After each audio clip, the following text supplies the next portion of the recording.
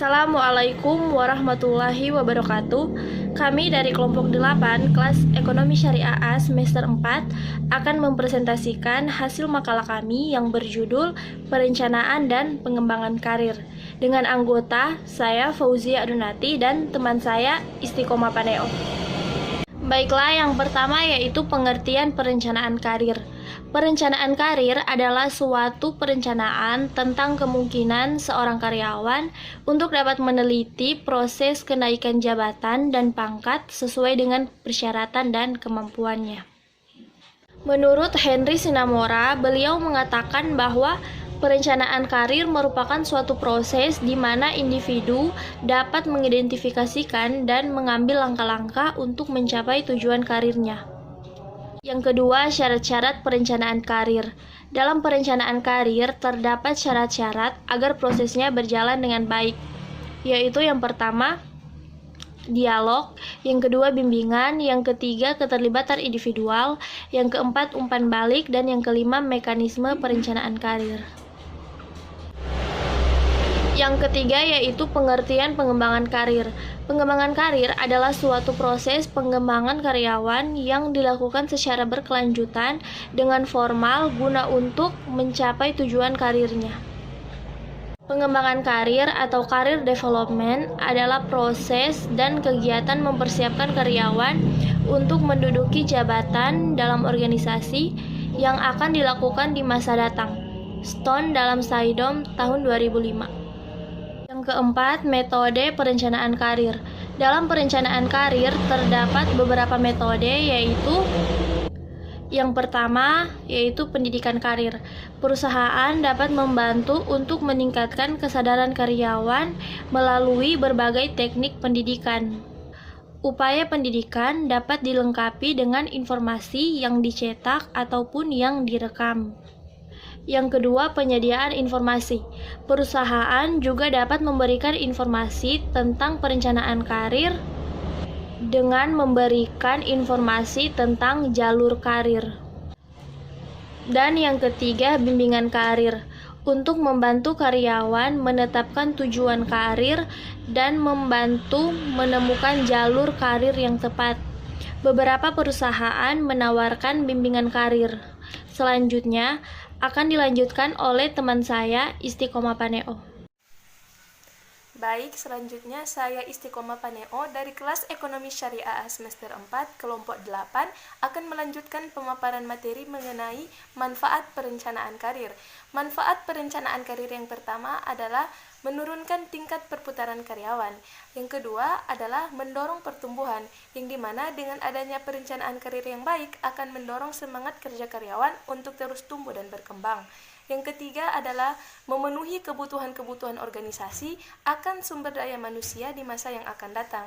Yang keempat adalah memberikan informasi kepada organisasi dan individu secara lebih baik mengenai jalur potensial karir dalam suatu organisasi. Yang kelima adalah mengembangkan karyawan yang dapat dipromosikan. Yang keenam adalah menyediakan fasilitas bagi penempatan internasional. Yang ketujuh adalah menciptakan keanekaragaman angkatan kerja. Manfaat yang kedelapan adalah membuka jalan bagi karyawan yang potensial. Yang kesembilan adalah mengurangi kelebihan karyawan. Dan yang terakhir, yang kesepuluh adalah membantu pelaksanaan rencana-rencana kegiatan yang telah disetujui. Selanjutnya adalah manfaat pengembangan karir. Manfaat pengembangan karir bagi organisasi yang pertama adalah menjamin ketersediaan bakat yang diperlukan. Yang kedua adalah meningkatkan kemampuan organisasi untuk mendapatkan dan mempertahankan karyawan-karyawan yang berkualitas. Dan yang ketiga adalah menjamin agar kelompok-kelompok minoritas dan wanita untuk mempunyai kesempatan yang sama dalam mengembangkan karir. Selanjutnya adalah manfaat pengembangan karir bagi pegawai atau karyawan. Bagi pegawai atau karyawan, pengembangan karir identik dengan keberhasilan. Maka dari itu, pengembangan karir bermanfaat untuk dapat yang pertama, menggunakan potensi seseorang dengan sepenuhnya. Yang kedua adalah menambah tantangan dalam bekerja. Yang ketiga adalah meningkatkan otonomi. Dan yang terakhir, keempat adalah meningkatkan tanggung jawab. Baik, selanjutnya adalah faktor-faktor pengembangan karir. Faktor yang pertama adalah prestasi kerja. Hal ini merupakan faktor utama dalam pengembangan karir yang dimana para karyawan dapat mengukur kesempatan pengembangan karirnya berdasarkan hasil atas kinerjanya. Yang kedua adalah hubungan karyawan dan organisasi. Hubungan pekerjaan antara karyawan dan organisasi, apabila hubungan tersebut baik, maka akan berpengaruh baik terhadap pengembangan karirnya. Begitupun sebaliknya. Selanjutnya adalah personalitas karyawan. Hal ini berhubungan dengan sikap para karyawan. Apabila seorang karyawan mempunyai sifat yang kurang baik seperti curang dan emosional, hal tersebut akan mempengaruhi pengembangan karir karyawan tersebut. Yang keempat adalah faktor eksternal. Hal ini berhubungan dengan intervensi dari pihak luar organisasi. Yang kelima adalah politicking organisasi. Yang keenam adalah sistem penghargaan. Yang ketujuh adalah jumlah karyawan. Hal ini bermaksud semakin banyak karyawan dalam suatu organisasi akan mempengaruhi tingkat pengembangan karir dari para karyawan. Yang kedelapan adalah ukuran organisasi. Hal ini bermaksud seperti jumlah atau kapasitas pekerjaan dalam suatu organisasi. Yang kedua adalah jumlah jenis pekerjaan yang terdapat dalam suatu organisasi, dan yang ketiga adalah jumlah atau kapasitas pegawai yang dibutuhkan oleh organisasi untuk menempati jabatan-jabatan tersebut. Yang kesembilan adalah kultur organisasi. Hal ini mempengaruhi pengembangan karir karyawan karena organisasi mempunyai kultur yang berbeda-beda, seperti ada organisasi yang mempunyai kultur senioritas dan ada pula organisasi yang mempunyai kultur yang lebih menghargai prestasi dari para karyawan. Yang terakhir adalah tipe manajemen. Hal ini termasuk dalam faktor yang mempengaruhi pengembangan karir karena tipe manajemen dalam organisasi ada berbeda-beda, seperti ada organisasi yang memiliki tipe manajemen tertutup dan ada pula organisasi yang memiliki tipe manajemen terbuka. Sekian dan terima kasih. Selanjutnya, kesimpulan dari kelompok kami yaitu perencanaan karir adalah suatu perencanaan tentang kemungkinan seorang karyawan untuk dapat meneliti proses kenaikan jabatan dan pangkat sesuai dengan persyaratan dan kemampuannya. Selanjutnya, pengembangan karir atau career development adalah proses dan kegiatan mempersiapkan seorang karyawan untuk menduduki jabatan dalam organisasi yang akan dilakukan di masa yang akan datang. Stone dalam Saidom tahun 2005. Manfaat perencanaan karir yaitu menurunkan tingkat perputaran karyawan, mendorong pertumbuhan, dan memenuhi kebutuhan organisasi.